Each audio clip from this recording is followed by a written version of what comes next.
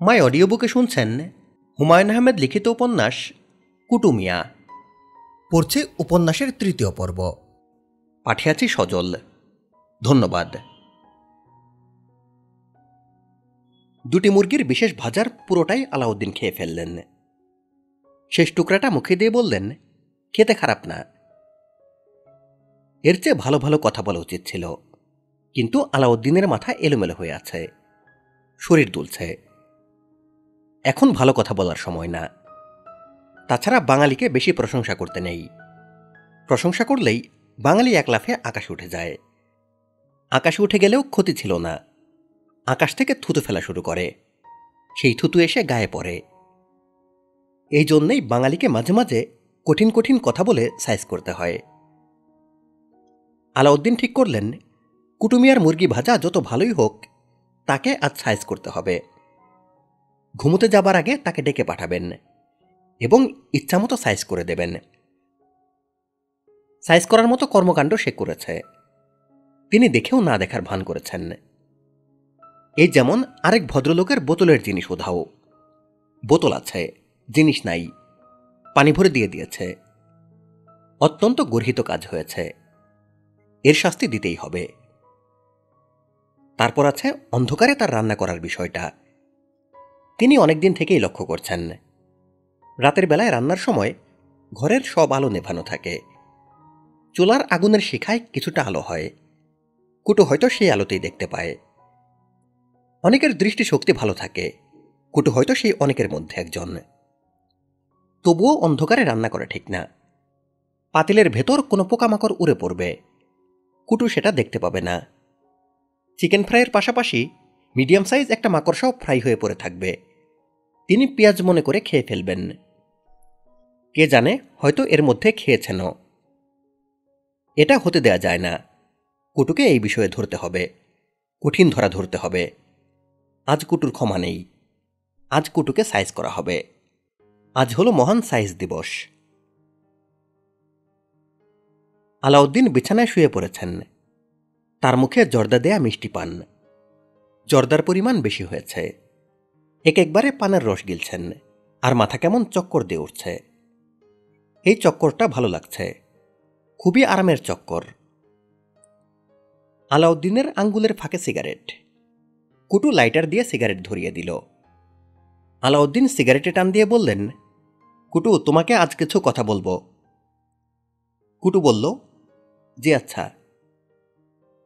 আলাউদ্দিন বললেন, কথাগুলি কঠিন, শুনে তুমি হয়তো মনে কষ্ট পাবে। কষ্ট পেলেও আমার কিছু করার নেই। কুটু বলল, জি আচ্ছা। আলাউদ্দিন সিগারেটে লম্বা টান দিয়ে কথা বলার জন্য প্রস্তুত হলেন। কি বলবেন মনে পড়ছে না, মাথা একেবারেই ফাঁকা হয়ে গেছে। যেসব কথা বলবেন বলে ঠিক করে রেখেছিলেন, সেসব কথা পয়েন্ট আকারে একটা কাগজে লিখে রাখার দরকার ছিল। বিরাট ভুল হয়েছে। কুটু, জি স্যার। তোমার অনেক জিনিস আছে যা আমার অপছন্দ, এইসব বিষয় নিয়ে কথা বলবো। তুমি যদি নিজেকে বদলাতে পারো তাহলে তুমি থাকবে, বদলাতে না পারলে চলে যাবে। ভাত ফেললে কাকের অভাব হয় না, বেতন ফেললে বাবুর্চি পাওয়া যায়, বুঝতে পারছ? জি। আলাউদ্দিন অনেক চেষ্টা করলেন, কুটুকে সাইজ করার মতো কোনো কথাই মনে পড়ল না। তিনি ছোট্ট নিঃশ্বাস ফেলে বললেন, কুটু ঠিক আছে, তুমি যাও, কথাবার্তা আজকের মতো মুলতবি। ঘুমের আগে আগে কঠিন কথাবার্তা না হওয়া ভালো, এতে সুনিদ্রার ব্যাঘাত হয়। একটা কাজ করো, আমাকে জর্দা দিয়ে আরেকটা পান দাও, জর্দা বেশি করে দিবে। জি আচ্ছা। আর টিভিটা চালু করে দাও, সাউন্ড দিও না, শুধু ছবি, টিভি দেখতে দেখতে ঘুমাবো। জি আচ্ছা। তুমি মনে করো না যে তুমি সারা পেয়ে গেলে, মামলা ডিসমিস হয়ে গেল। আসলে সাময়িক বিরতি, আদালত আবার বসবে। আমি নিজেই বাদী, আমিই বিচারক। তোমার খবর আছে কুটুমিয়া। জর্দা ভর্তি পান মুখে নিয়ে আলাউদ্দিন ঘুমিয়ে পড়লেন। টিভি চলতে থাকল। একসময় আলাউদ্দিনের ঘুম ভাঙল। কোনো কারণ ছাড়াই তার বুক ধক করে উঠল। এই ঘরে কিছু একটা হয়েছে, ঘরটা বদলে গেছে। কোনো কিছুই মনে হচ্ছে আগের মতো নেই। ঘর ভর্তি ধোঁয়া। এত ধোঁয়া কোত্থেকে এলো? কোথাও কি আগুন লেগেছে? খড়পোড়ার গন্ধও নাকে আসছে, নাক জ্বালা করছে।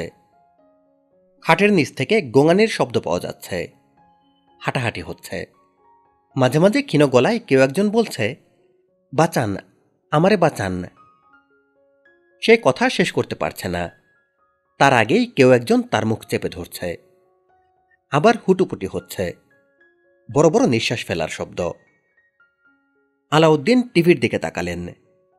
টিভি খোলা আছে, নাটকের মতো কি যেন হচ্ছে, মারামারির দৃশ্য। ঘটনা কি এরকম যে টিভিতে মারামারি হচ্ছে, কিন্তু তার কাছে মনে হচ্ছে শব্দটা আসছে খাটের নিচ থেকে। এটাই তো যুক্তিসঙ্গত কথা, কিন্তু ঘরে এত ধোঁয়া কেন? আলাউদ্দিন ক্ষীণ স্বরে ডাকলেন, কুটুমিয়া। খাটের নিচ থেকে কেউ একজন ভারী শ্লেষাজড়িত গলায় বলল, জি স্যার। গলাটা কার? কুটুমিয়ার গলা। সে খাটের নিচে কি করছে? কাকে সে চেপে ধরেছে? আলাউদ্দিন আবারও কাঁপা কাঁপা গলায় বললেন, কুটুমিয়া। জি। খাটের নিচে কি করছ? কুটু জবাব দিল না। খাটের নিচে হুটুপুটি অনেক বাড়ল, এখন গো গো শব্দ হচ্ছে। আলাউদ্দিন বললেন, কি হচ্ছে ওখানে? কুটু চাপা গলায় বলল, বালিশ দেন স্যার, তাড়াতাড়ি একটা বালিশ দেন। কি দিব? বালিশ। বালিশ দিয়ে কি হবে? হারামজাদার মুখের উপর বালিশ চেপে ধরব। কার মুখের উপর বালিশ চেপে ধরবে? কুটু জবাব দিল না। আলাউদ্দিন হতভম্ব হয়ে দেখলেন, খাটের নিচ থেকে একটা হাত বের হয়ে আসছে। ময়লা নোংরা হাত, বড় বড় নখ, পাখির নখের মতো বেঁকে আছে। হাতটা কেন আসছে? তাকে ধরার জন্যে? আলাউদ্দিন ভয়ে সিটিয়ে গেলেন। বালিশ দেন। আলাউদ্দিন একটা বালিশ কুটুর হাতের দিকে এগিয়ে দিলেন। খাটের নিচ থেকে আ আ শব্দ আসছে। বালিশে চাপা দিয়ে কাউকে কি মারা হচ্ছে? কোনো একটা সোরা পড়া উচিত। কোনো সোরা মনে আসছে না। তিনি কি দুঃস্বপ্ন দেখছেন? হ্যাঁ, এটাই হবে, দুঃস্বপ্ন। দুঃস্বপ্ন ছাড়া কিছু না। স্বপ্নটা ভেঙে গেলেই দেখবেন সব স্বাভাবিক আছে। তখন তিনি কুটুকে ডেকে চা দিতে বলবেন। চা খাওয়ার আগে গোসল করা দরকার, শরীর ঘামে ভিজে গেছে। স্বপ্নটা কখন ভাঙবে? চিৎকার করে কুটুকে ডাকলে কি ঘুম ভাঙবে? আলাউদ্দিন ফুসফুস ফাটিয়ে চিৎকার করলেন, কুটু, কুটু। গলা দিয়ে ফ্যাসফ্যাস জাতীয় আওয়াজ হলো। এই স্বপ্ন মনে হয় ভাঙবে না, স্বপ্ন চলতেই থাকবে। মেয়েলি গলায় কে যেন কাঁদছে। দেয়ালে শব্দ হচ্ছে। সাইফুল্লাদের বাড়িতে কি? নাকি এটাও স্বপ্ন? আলাউদ্দিন ক্লান্ত হতভম্ব গলায় ডাকলেন, কুটু। তার প্রায় সঙ্গে সঙ্গেই বসার ঘরের বাতি জ্বলে উঠল। থপথপ পায়ের আওয়াজ পাওয়া যাচ্ছে। কুটু আসছে। কুটু, কুটু তুমি কোথায়? দরজা ঠেলে কুটু ঢুকল। আলাউদ্দিন ধরা গলায় বললেন, বাতি জ্বালাও। কুটু বাতি জ্বালালো। আলাউদ্দিন বললেন, দুঃস্বপ্ন দেখেছে। কুটু বলল, চা খাইবেন স্যার?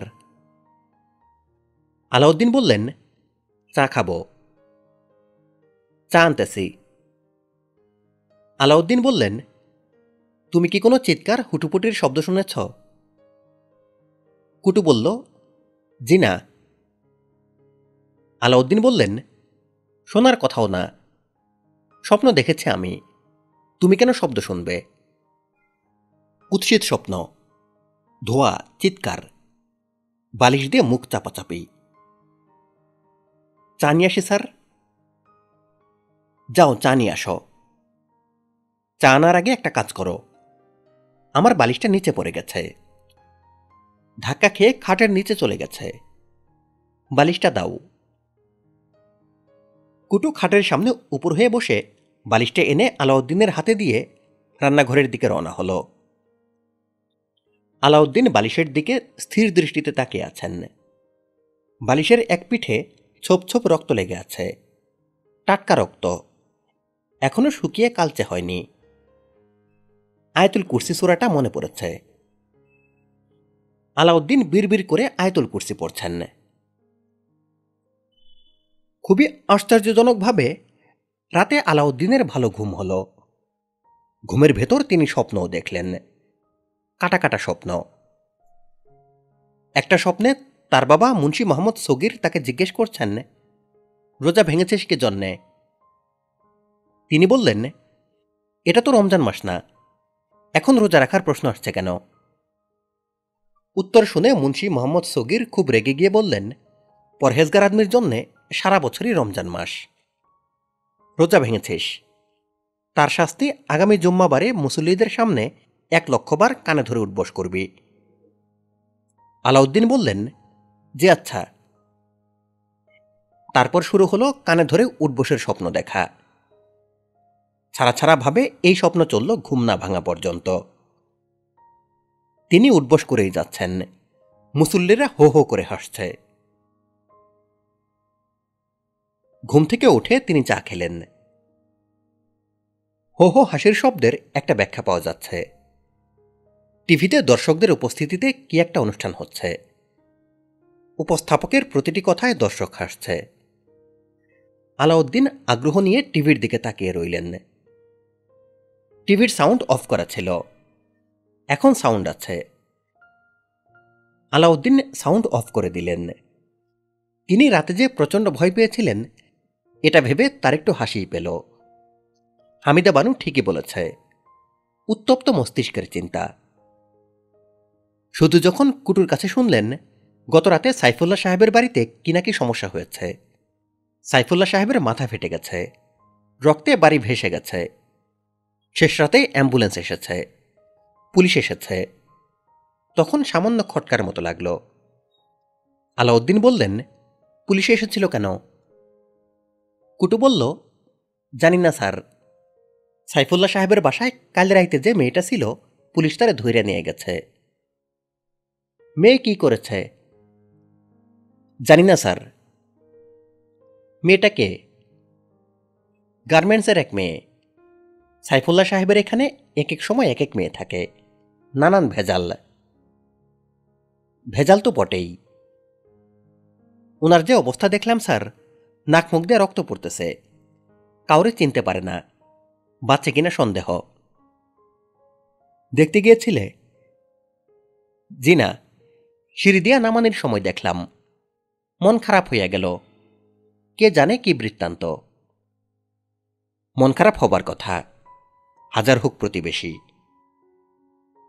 স্যার আরেক কাপ চা দিব? আলাউদ্দিন ছোট্ট নিঃশ্বাস ফেলে বললেন, দাও।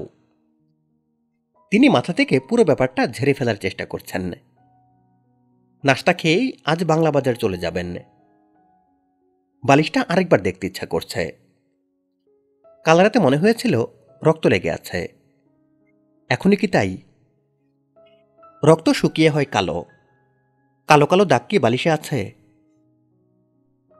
আলাউদ্দিন দুটা বালিশই উল্টে পাল্টে দেখলেন, কোনো দাগ নেই। তিনি আনন্দিত গলায় ডাকলেন, মাই ডিয়ার কুটু, আরেক কাপ চা দাও। হাজি একরামুল্লাহ বললেন, তোমার কি হয়েছে? আলাউদ্দিন জবাব না দিয়ে চোখ পিটপিট করতে লাগলেন। হাজি সাহেব বললেন, চোখ পিটপিট করছো কেন? আলাউদ্দিন বললেন, রোদটা কড়া, চোখে লাগছে। হাজি সাহেব বললেন, ঘরের ভেতর রোদ কোথায়? চোখ পিটপিটানি বন্ধ করে বলো তো তোমার ঘটনা কি? আলাউদ্দিন চুপ করে রইলেন। বলার মতো কোনো ঘটনা ঘটেনি। দিনের পর দিন তিনি নিজের শোবার ঘরের খাটের উপর ছিলেন। 9 দিন পর আজ প্রথম বাইরে এসেছেন। আলো চোখে লাগছে। দোকানের ভেতর রোদ নেই ঠিকই, কিন্তু বাইরে ভাদ্র মাসের রোদ ঝলমল করছে। রোদের দিকে তাকালেই চোখ জ্বালা করে। হাজী সাহেব বললেন, তোমার শরীরে পানি এসেছে নাকি? হাত পা মুখ ফোলা ফোলা, সমস্ত শরীরে গোলভাব চলে এসেছে। সারাদিন কি করো? ঘুমাও। আলাউদ্দিন সিগারেট ধরালেন। হাজী সাহেব বললেন, সিগারেট খাচ্ছ কারখানার চিমনির মতো। 10 মিনিটও হয়নি এসেছ, এর মধ্যে 4টা সিগারেট খেয়ে ফেললে। আলাউদ্দিন চুপ করিয়ে আছেন। হাজী সাহেবের সিগারেটের হিসেবে ভুল হয়েছে। সিগারেট 4টা খাওয়া হয়নি, 3টা খাওয়া হয়েছে। এই নিয়ে তর্ক শুরু করা যায় না। হাজী সাহেব রেগে আছেন। রাগের মুহূর্তে তর্ক চলে না। হস্তরেখা বইয়ের পাণ্ডুলিপি কোথায়? এনেছ? আলাউদ্দিন ক্ষীণ গলায় বললেন, এনেছি। শেষ করেছ? জি। কই দেখি। একটু পরে দেই, বুঝিয়ে দিতে হবে। হাজী সাহেবের রাগী মুখ সহজ হয়ে এলো। আলাউদ্দিন স্বস্তির নিঃশ্বাস ফেললেন। তবে এই স্বস্তি সাময়িক, কারণ তিনি হস্তরেখা বিজ্ঞান বইয়ের পাণ্ডুলিপি আনেননি। যে বই লেখাই হয়নি তার পাণ্ডুলিপি আসবে কিভাবে? শিরোরেখার চ্যাপ্টারটা মাত্র শুরু হয়েছিল। পাণ্ডুলিপি না এনেও বলা হয়েছে এনেছে। এই মিথ্যা শেষ পর্যন্ত কিভাবে সামাল দেবেন কে জানে। আলাউদ্দিনের বুকের ভেতর ধুকধুক শব্দ হতে লাগল। ভালো ঝামেলায় পড়া গেল। হাজী সাহেব সহজ স্বাভাবিক গলায় বললেন, দেখি তোমার একটা সিগারেট খেয়ে দেখি। আলাউদ্দিন সিগারেটের প্যাকেট বের করে দিলেন। হাজী সাহেব সিগারেট ধরাতে ধরাতে বললেন, তোমার আসার কথা ছিল বুধবারে। তুমি যখন বুধবারে এলে না, বৃহস্পতিবার চলে গেল, শুক্রবার চলে গেল, তারপরেও তোমার খোঁজ নেই। তখন একবার মনে হয়েছিল বই নিয়ে ব্যস্ত, বই শেষ না করে আসবে না। আমি ম্যানেজারকে সেরকমই বলেছি। চা খাবে? জি না। জি না আবার কি? চা খাও, মালাই চা। জি আচ্ছা। আলাউদ্দিন মনে মনে দোয়া ইউনুস পড়ছেন। এই দোয়া পড়লে যে কোনো বড় বিপদ থেকে উদ্ধার পাওয়া যায়। আলাউদ্দিন ঠিক করলেন, পাণ্ডুলিপির প্রসঙ্গ আবার না আসা পর্যন্ত তিনি এই দোয়া পড়তেই থাকবেন। এমন হওয়া বিচিত্র না যে দেখা যাবে দোয়া ইউনুস পড়ার কারণে হাজী সাহেব পাণ্ডুলিপির প্রসঙ্গটা তুলতে ভুলে যাবেন, অন্য কিছু নিয়ে ব্যস্ত হয়ে পড়বেন। এমন একটা ঘটনা ঘটানো আল্লাহর জন্য কোনো ব্যাপারই না। চা চলে এসেছে। চা এবং পিরিচ ভর্তি জর্দা দেয়া পান। হাজী সাহেব অতি দ্রুত কয়েকটা চুমুক দিয়ে চায়ের কাপ নামিয়ে রেখে মুখ ভর্তি করে পান নিলেন। পান চিবাতে চিবাতে সহজ গলায় বললেন, আমার ভাগ্নি হামিদাকে বিবাহের কথা নিয়ে কিছু ভেবেছ? তোমার ইচ্ছা না থাকলে বলে দাও, কোনো অসুবিধা নেই। হামিদাও বেঁকে বসেছে। শুরুতে হ্যাঁ বলেছিল, এখন না বলছে। মেয়েদের এই সমস্যা, স্থিরতা বলতে কিছু নেই। সাগরের ঢেউ, এই আছে এই নাই। তোমার নিজেরও তো বিয়ের ব্যাপারে অনাগ্রহ আছে, ঠিক না? এই বয়সে সংসারের ঝামেলায় যেতে ইচ্ছা না করারই কথা। আলাউদ্দিন বললেন, আমি বিবাহ করব বলে সিদ্ধান্ত নিয়েছিলাম, তবে উনার মত না থাকলে তো কিছু করার নাই। সবই আল্লাহ পাকের ইচ্ছা। উনার ইচ্ছা ছাড়া গাছের পাতাও কাঁপে না। আমরা তুচ্ছ। হাজী সাহেব বললেন, তুমি বিবাহ করতে চাও? আলাউদ্দিন হ্যাঁ সূচক মাথা নাড়লেন। মেয়ে যেখানে বেঁকে বসেছে সেখানে হ্যাঁ বলতে বাধা নাই। তিনি যতই হ্যাঁ বলুন বিয়ে তো হবে না। ভালো মতো ভেবে সিদ্ধান্ত নিয়েছ? জি। তোমার কোনো আত্মীয় স্বজনের সঙ্গে কথা বলেছ? জি না, তবে কুটুকে বলেছে। কুটুকে বলেছ? কুটুকে? আমার বাবুর্চি। আরে রাখো তোমার বাবুর্চি। বাবুর্চির সঙ্গে কেউ নিজের বিয়ে নিয়ে আলাপ করে নাকি? আলাপ করার মতো আমার কেউ নাই। আলাপ করার কেউ না থাকলে নিজে নিজে সিদ্ধান্ত নেবে। ব্যক্তিগত বিষয় নিয়ে চাকর বাকরের সঙ্গে কেউ আলাপ করে? নাও পান খাও। আলাউদ্দিন আগ্রহের সঙ্গে পান মুখে দিলেন। মনে মনে দোয়া ইউনুস তিনি এখনো পড়ছেন। দোয়ায় মনে হয় অ্যাকশন শুরু হয়েছে। হাজী সাহেব পাণ্ডুলিপির প্রসঙ্গে যাচ্ছেন না।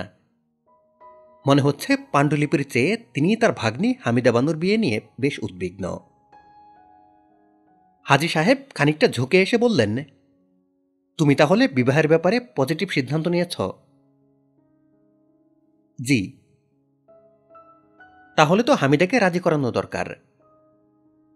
রাজি কেন করানো দরকার এটা শোনো।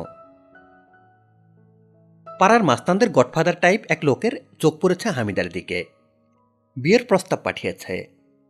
নানানভাবে যন্ত্রণা করছে। অতি বদলোক, অতি হারামজাদা।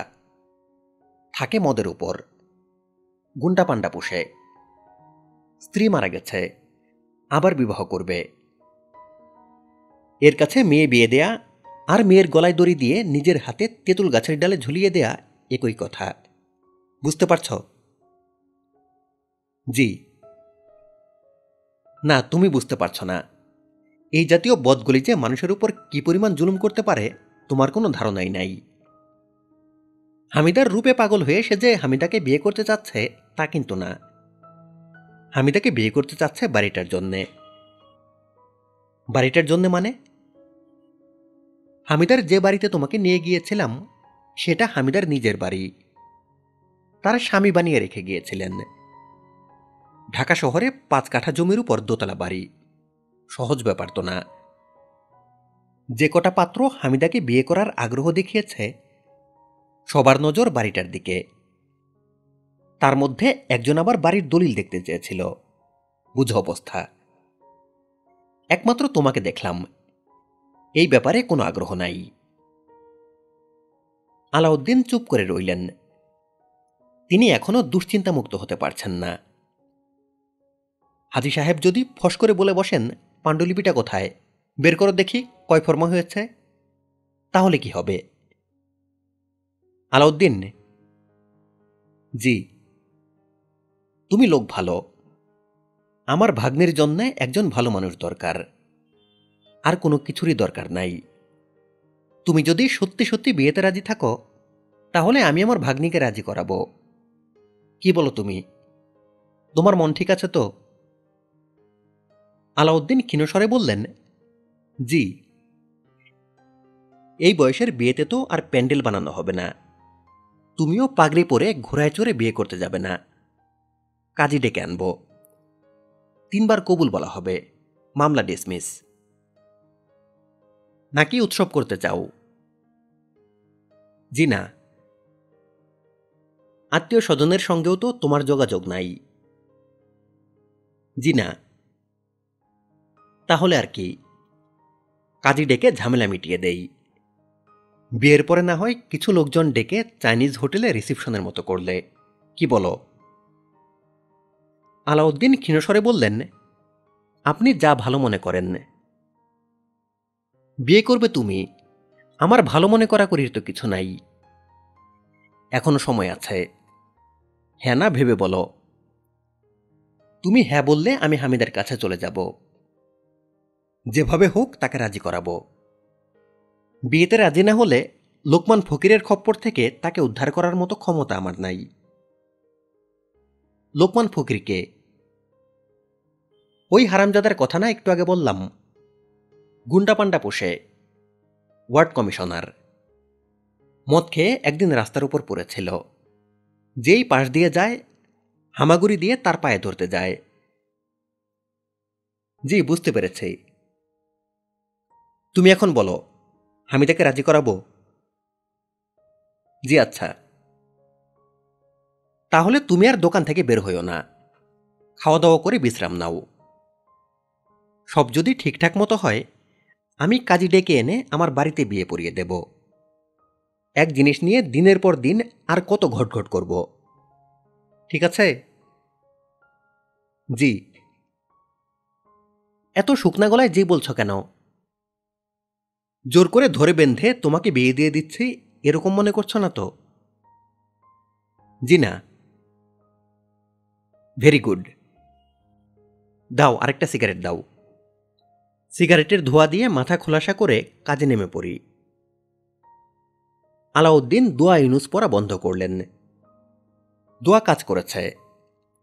হাজী সাহেব হস্তরেখা বিজ্ঞান বইয়ের পাণ্ডুলিপির বিষয়ে কোনো কথা না বলেই উঠে পড়েছেন। তিনি যে ব্যস্ততার সঙ্গে বের হয়েছেন তাতে মনে হয় না আজ আর পাণ্ডুলিপি প্রসঙ্গ উঠবে। আলাউদ্দিনের দুপুরের খাওয়াটা ভালো হলো না। কুটুর হাতে রান্না খেয়ে এমন হয়েছে অন্য কোনো কিছুই তার মুখে রোচে না। দুপুরে তিনি লম্বা ঘুম দিলেন। ঘুম ভাঙল বিকেলে। হাজী সাহেবের দোকানের ম্যানেজার বলল, আপনাকে থাকতে বলেছেন, আপনার জন্য জরুরি খবর আছে। আলাউদ্দিন বললেন, কি খবর? ম্যানেজার বলল, কি খবর তা তো জানি না। চা নাশতা কি খাবেন বলেন? গোশত পরোটা আনাই? আনাও। ভরপেট গোশত পরোটা এবং 2 কাপ চা খেয়ে আলাউদ্দিন আবার ঘুমিয়ে পড়লেন। ঘুম ভাঙল সন্ধ্যার পর। তিনি হয়তো আরো কিছুক্ষণ ঘুমাতেন। হাজী সাহেব নিজে গা ঝাঁকিয়ে ডেকে তুললেন। হাসি মুখে বললেন, আজই তোমার বিয়ে। হাজী সাহেব আলাউদ্দিনের জন্য নতুন পায়জামা পাঞ্জাবি কিনে এনেছেন। তিনি গম্ভীর ভঙ্গিতে বললেন, তাড়াতাড়ি একটা সেলুন থেকে চুল কেটে আসো, সাবান ডলা দিয়ে গোসল করো, পানির ব্যবস্থা দোকানেই করেছে। আলাউদ্দিন কোনো কিছু না বুঝেই বললেন, যে আচ্ছা। দেনমোহরের ব্যাপার আগেই ঠিক করে ফেলি। 5,01,000 টাকা কাবিন, 5,00,000 টাকা দেনমোহর, অর্ধেক উসুল, ঠিক আছে? জি। তুমি খুশি তো? জি খুশি।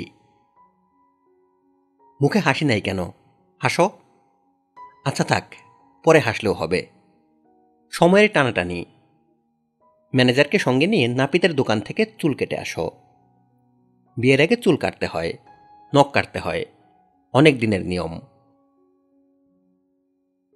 আলাউদ্দিন সুবোধ বালকের মতো ম্যানেজারকে নিয়ে চুল কাটতে গেলেন। রাত 8টায় বিয়ে হয়ে গেল। রাত 8:40-এ তিনি নিজের বাড়িতে চলে এলেন। কুটু দরজা খুলে দিল। আলাউদ্দিন বললেন, বাথরুমে গরম পানি আছে? গা কুটকুট করছে, গোসল করব। কুটু হ্যাঁ সূচক মাথা নাড়ল। তিনি সরাসরি বাথরুমে ঢুকে গেলেন। বাথরুমে শুধু যে গরম পানি আছে তা না, বাথরুমে কাঠের একটা চেয়ার নিয়ে যাওয়া হয়েছে। চেয়ারের উপর পিরিচ দিয়ে ঢাকা একটা জগ রাখা আছে। জগে লাল রঙের কোনো বস্তু, বরফ ভাসছে। পাশেই খালি গ্লাস, দেয়ার সলাই, সিগারেট এবং অ্যাস্ট্রে সাজানো আছে। আলাউদ্দিন বিস্মিত হয়ে বললেন, ইয়ে নাকি? কুটু বলল, জি স্যার। Tomato juice? কুটু জবাব দিল না। ইয়ে দেয়া আছে? জি স্যার। পেয়েছ কোথায়? 2টা ভদকার বোতল কিনে আনছি স্যার, গুলশানে পাওয়া যায়। 800 টাকা করে নিছে, মোট 1600। টাকা পেয়েছ কোথায়? আপনার সুটকেসে টাকা ছিল, চাবিটা ছিল ড্রয়ারে। ড্রয়ার থেকে চাবি নিয়ে সুটকেস খুললে টাকা নিছি। আলাউদ্দিন বললেন, ও। তিনি বুঝতে পারছেন না তার রাগ করা উচিত কিনা। মনে হচ্ছে রাগ করা উচিত। তাকে না বলে সুটকেস খুলে টাকা নিয়ে যাবে, এটা কেমন কথা? এ তো রীতিমতো চুরি, তারও বর্তমানে সুটকেস খোলা। আলাউদ্দিন গম্ভীর হয়ে গেলেন। গম্ভীর মুখে গ্লাসে টমেটো জুস ঢেলে একটা চুমুক দিলেন। আজকের জুস অসাধারণ হয়েছে। তার রাগ পড়ে গেল।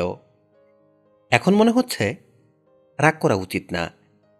টাকা তো কুটু নিজের জন্য নেয়নি, সংসারের কাজেই নিয়েছে। তিনি যখন ঘরে থাকেন না তখন হুটহাট করে টাকার দরকার পড়তে পারে। দেখা গেল ঘরে চাল নেই, চাল কিনতে হবে। সুটকেস থেকে টাকা না আনিলে এইসব সমস্যার সমাধান কিভাবে হবে? কুটু। জি স্যার। দাও, গোসল দিয়ে দাও। আরামে আলাউদ্দিনের চোখ বন্ধ হয়ে আসছে। এখন মনে হচ্ছে কুটু যে বুদ্ধি করে টাকা নিয়ে ভদকা কিনে এনেছে, কাজটা খুবই ভালো করেছে। এই জিনিস না আনলে এমন আরামের ব্যবস্থা হতো না। এমনিতেই আজ মনের উপর প্রচণ্ড চাপ গিয়েছে। 53 বছর বয়সে বিয়ে করে ফেলা সহজ ব্যাপার না। কলিজা নড়ে যায়। কুটু। জি স্যার। আজ একটা ঘটনা ঘটেছে, শুনলে তুমি বিশ্বাস করবে না। ভাববে বানিয়ে বলছি, যদিও বানিয়ে বলার অভ্যাস আমার নাই। কি ঘটনা ঘটেছে? বিয়ে করে ফেলেছে। কুটু গায়ে যেভাবে সাবান ডলছিল সেভাবেই ডলতে থাকল। আলাউদ্দিনের কথায় তার কোনো ভাবান্তর হলো বলে মনে হলো না। কিংবা এও হতে পারে বিয়ে করা যে খুবই গুরুত্বপূর্ণ একটা ঘটনা কুটু তা ধরতেই পারছে না। তার কাছে হয়তো বিয়ে করা এবং নাপিতের দোকানে গিয়ে চুল কেটে আসা একই ব্যাপার। কুটু, শুনেছ কি বলেছে? আজ আমি বিয়ে করেছি। বিবাহ, শুভ বিবাহ। ভালো করছেন। ভালো না মন্দ কে জানে, হাজী সাহেবের কথা ফেলতে পারলাম না। আমি এক সময় খুবই বিপদে পড়েছিলাম, না খেয়ে থাকার মতো অবস্থা হয়েছিল। হাজী সাহেব তখন কাজ দিয়ে আমাকে বাঁচান। আজ তিনি ভাগ্নিকে নিয়ে বিপদে পড়েছেন। এই বিপদে আমি তাকে সাহায্য করব না তা হয় না। একজনের বিপদ অন্যজন দেখবে, এটাই মানব ধর্ম। ঠিক বলছি না কুটু? জি। মেয়েটিও রূপবতী, নাম হামিদা বানু। নামটা একটু স্কুলে হামিদ স্যার বলে আমার এক স্যার ছিলেন, খুবই রাগী। অঙ্ক না পারলে পেটের চামড়ায় ডলা দিতেন। হামিদা নামটা শুনলেই হামিদ স্যারের কথা মনে পড়ে, পেটে ব্যথার মতো হয়। নামটা বদলাইয়া দেন।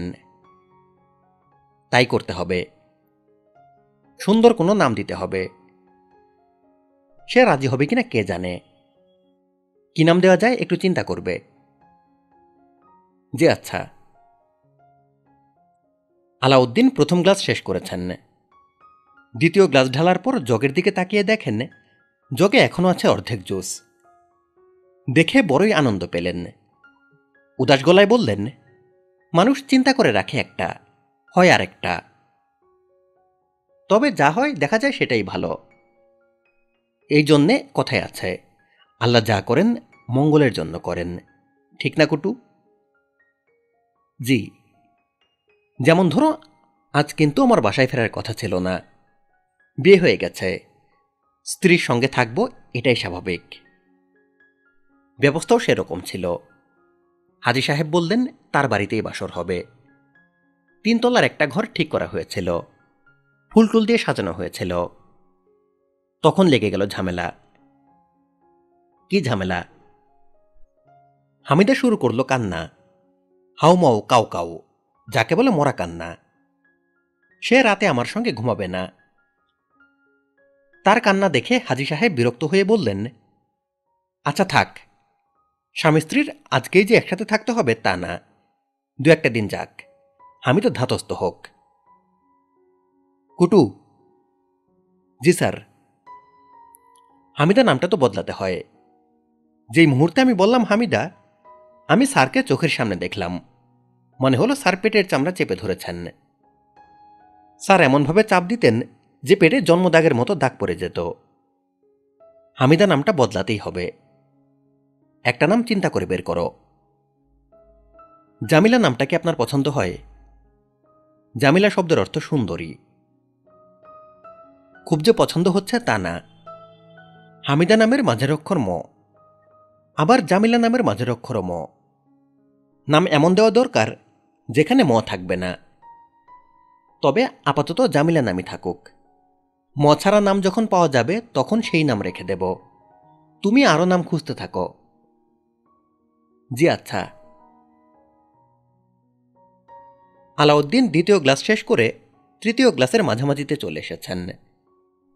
আরামে শরীর কেমন যেন করছে। তার ইচ্ছা করছে বালিশ নিয়ে বাথরুমের মেঝেতে লম্বা হয়ে শুয়ে থাকতে।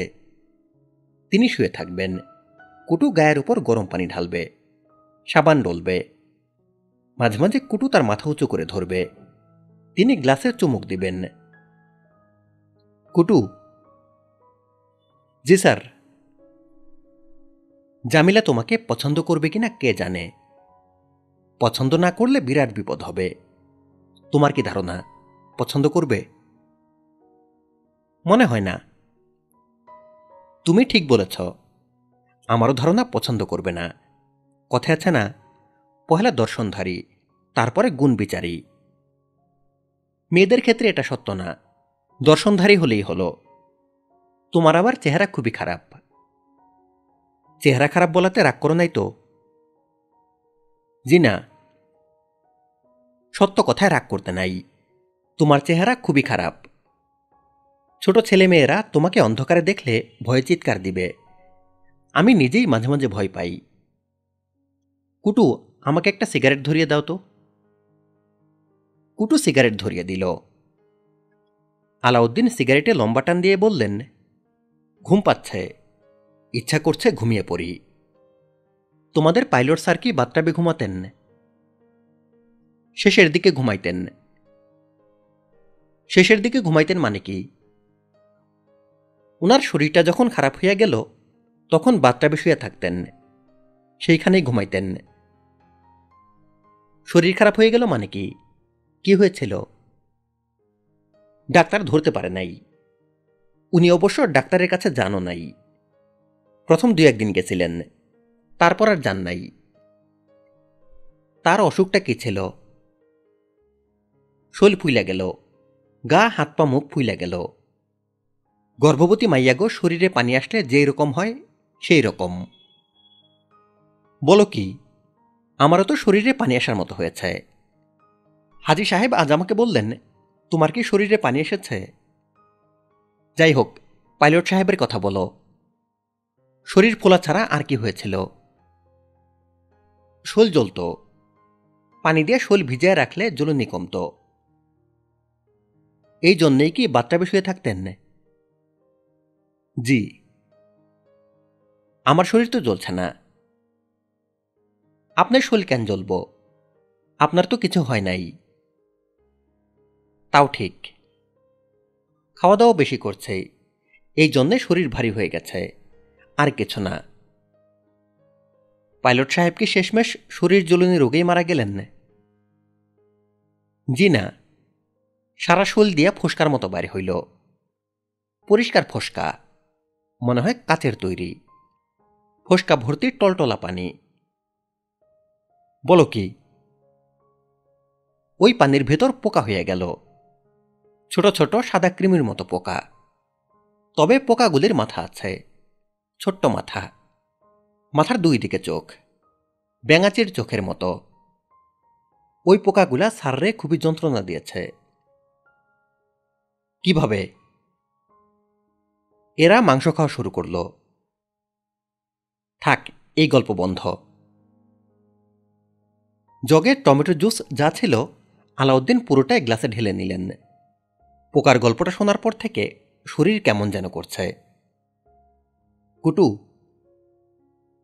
জি স্যার। ভালো করে দেখো তো, আমার শরীরে ফোসকা জাতীয় কিছু কি আছে? নাই স্যার। গুড। ফোসকাগুলির ভেতর যে পোকা হয় সেই পোকার মাথা আছে, মাথার দুপাশে চোখ আছে। জি, খুব ছোট ছোট দাঁতও আছে। খালি চোখে দেখা যায়? জি না, খালি চোখে দেখা যায় না। তবে একটা ফোসকা পাইলট স্যারের চোখের মনির উপর হয়েছিল। সেই ফোসকার ভেতর যে 2টা পোকা হয়েছিল সেইগুলি উনি পরিষ্কার দেখতেন। চোখ নষ্ট হইবার আগ পর্যন্ত উনি পোকাগুলি দেখছেন, বড় কষ্ট পাইছেন। চোখ নষ্ট হয়ে গেল, পোকাগুলি ডিম পারল। সেই ডিম থাইক্কা বাচ্চা বাইর হইবার পর তারা চোখটা খাইয়া ফেলল। বাম চোখ নষ্ট হয়ে গেল। তোমার নিজের তো বাম চোখ নষ্ট, ঠিক না? জি। স্যার, ব্লাডি মেরি আর একটু খাইবেন? আইনা দিব? দাও আর একটু খাই। পোকার কথাগুলি শোনার পর থেকে শরীরটা কেমন যেন করছে, গা গোলাচ্ছে। আরেকটা খেলে মনে হয় ঠিক হবে। কুটু, যাচ্ছ কোথায়? আপনি না বললেন ব্লাডি মেরি আনতে? একটু পরে যাও, গল্প করি। তোমার সঙ্গে তো গল্পই করা হয় না। জি আচ্ছা। তুমি কি বিয়ে করেছিলে? জি। স্ত্রীর নাম কি? নাম ইয়াদ নাই। বলো কি, স্ত্রীর নাম ভুলে গেছ? জি। ছেলে মেয়ে আছে? স্যার, একটা কন্যা সন্তান আছে। তার নাম মনে আছে? জি না, ইয়াদ নাই। কন্যার নামও ইয়াদ নাই? তুমি দেখি অ্যাবসেন্ট মাইন্ডেড প্রফেসর হয়ে যাচ্ছ। এটা ঠিক না।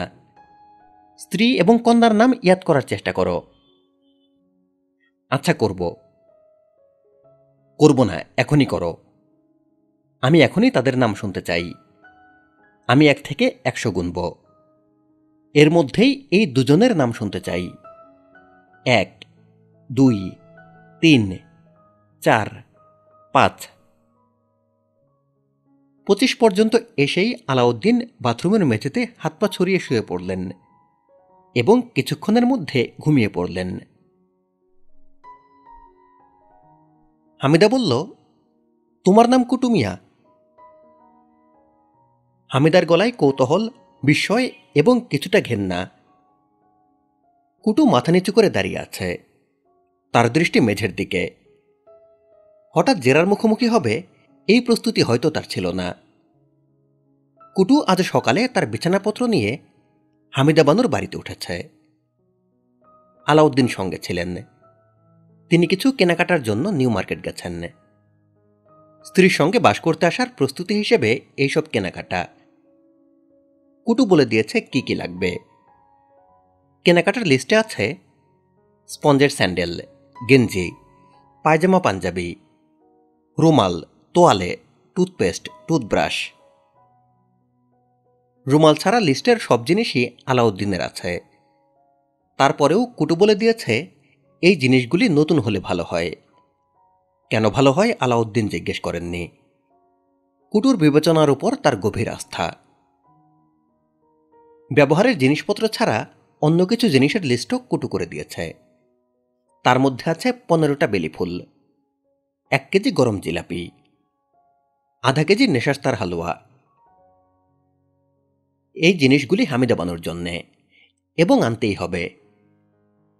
এর ভেতরেও হয়তো কুটুর কোনো বিবেচনা আছে। স্ত্রীর সঙ্গে বাস করতে আসার ব্যাপারে আলাউদ্দিন সাহেবের গভীর শঙ্কা ছিল। অভ্যস্ত জীবনযাপনের বাইরে কিছু করার অর্থই ভীতি। কুটু এই ভীতি দূর করেছে। কুটুর কথাবার্তায় তিনি ভরসা পেয়েছেন। তবে একা একা টিভি দেখা, চ্যানেল বদলাতে বদলাতে মেশানো টমেটো জুস খাওয়া কিভাবে হবে তিনি ভেবে পাচ্ছিলেন না। কুটু বলেছে, মানুষ যেমন চায় তার দুনিয়া তেমন হয়, আপনার চিন্তার কিছু নাই। কুটুর কথার অর্থ তার কাছে পরিষ্কার হয়নি, তবু তিনি ভরসা পেয়েছেন। কারণ কুটু ভরসা দিয়ে কথা বলেছে, সান্ত্বনার কথা বলেনি। কুটু এখন দাঁড়িয়ে আছে হামিদা বানুর বসার ঘরের মাঝখানে। হামিদা তাকে ডেকে পাঠিয়েছে। হামিদার ভুরু কুঁচকে আছে। যেসব মেয়ে শুঁয়োপোকা ভয় পায়, তাদের সামনে বিশাল আকৃতির শুঁয়োপোকা দাঁড়িয়ে থাকলে তাদের মুখের ভাব যেমন হয়, হামিদার মুখের ভাব ঠিক সেরকম। কি ব্যাপার, তোমাকে প্রশ্ন করছে, তুমি জবাব দিচ্ছ না কেন? তোমার নাম কুটু? জি আপা। প্রথমবার যখন প্রশ্ন করলাম তখনই তো জবাব দিতে পারতে, দ্বিতীয়বার প্রশ্ন করতে হলো কেন? কুটু বিনীত ভঙ্গিতে বলল, আমার নাম তো আপা জানেন, জান নাও জিজ্ঞেস করছেন, এই জন্যে চুপ করেছিলাম।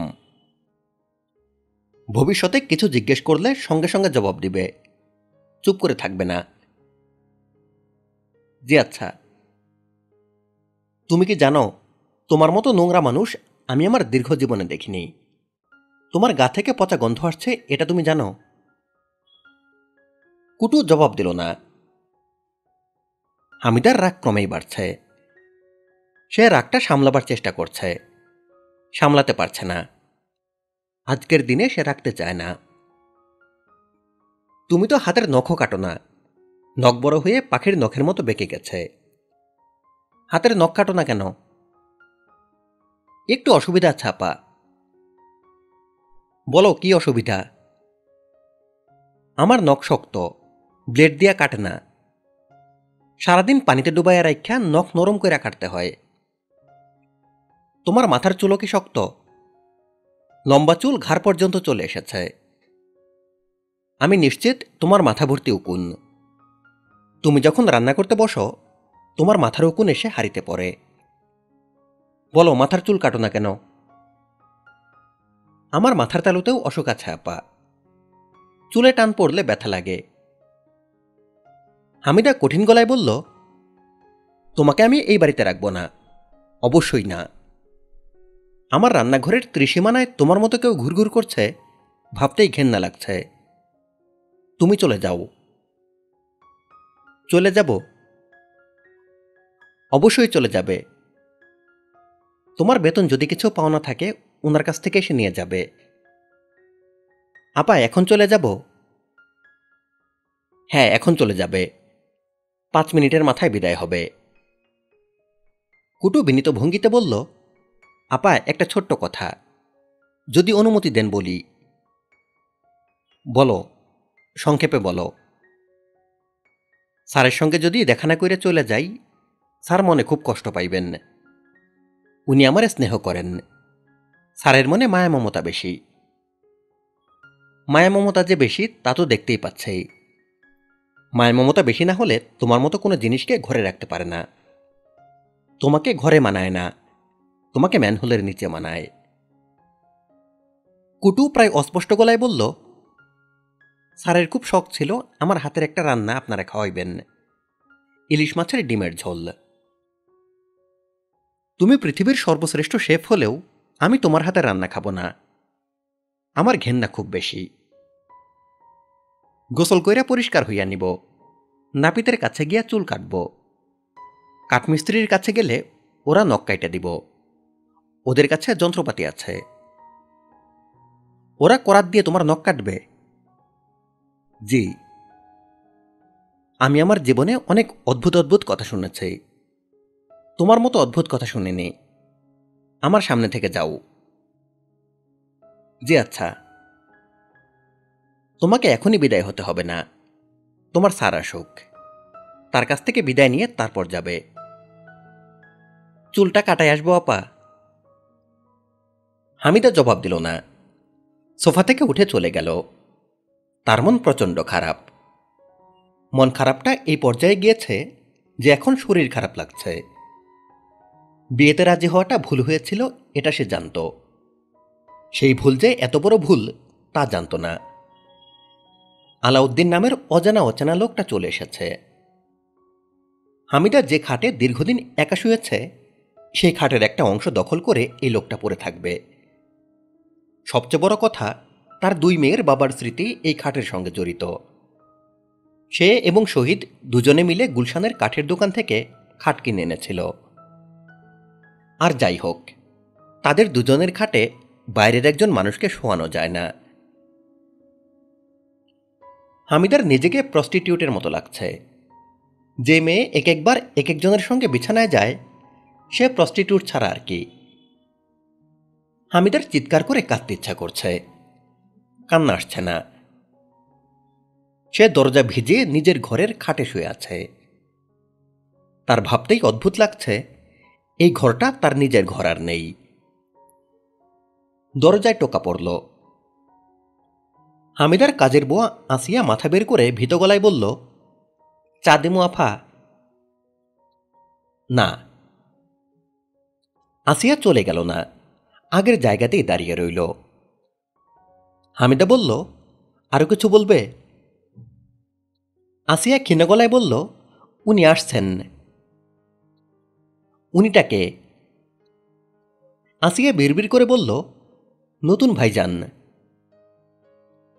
হামিদার খুব বিরক্ত লাগছে। একজন মানুষ এসে দীর্ঘদিনের সুশৃঙ্খল অবস্থাটা লণ্ডভণ্ড করে দিয়েছে। আসিয়ার মতো প্রাণবন্ত মেয়ে ভয়ে অস্থির হয়ে আছে। কথা ফিসফিস করে বলছে, মাঝে মাঝে বিড়বিড় করছে।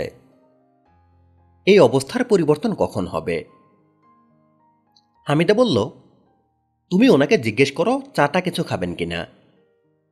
আর শোনো, বিড়বিড় করছো কেন? বিড়বিড় করার মতো কিছু কি হয়েছে? এখন দরজার সামনে থেকে যাও, দরজাটা ভিড়িয়ে দিয়ে যাও। বইটির বাকি অংশ শুনতে সাথেই থাকুন। বাকি অংশের ভিডিও লিংক এই ভিডিওর ডেসক্রিপশনে দেওয়া আছে।